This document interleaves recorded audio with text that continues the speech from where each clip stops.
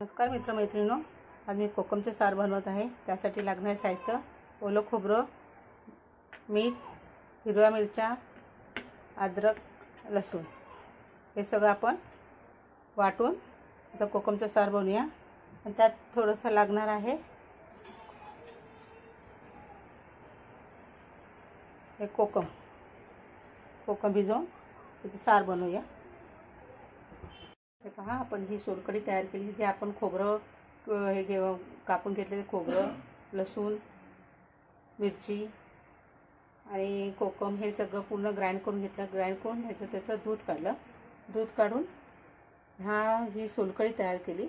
आता तुमच्याकडे काय कोणी सोलकढी सांगतात, कोणी कोकम सांगतात, हे तुमच्याकडे काय सांगता हे मला कमेंट करून नक्की सांगा। हा व्हिडिओ आवडला असेल तर लाईक करा, शेअर करा, सबस्क्राईब करायला विसरू नका। आणि काही असून काही चुकलं असं का असेल तर तुम्ही कमेंट करून नक्की सांगू शकता। धन्यवाद।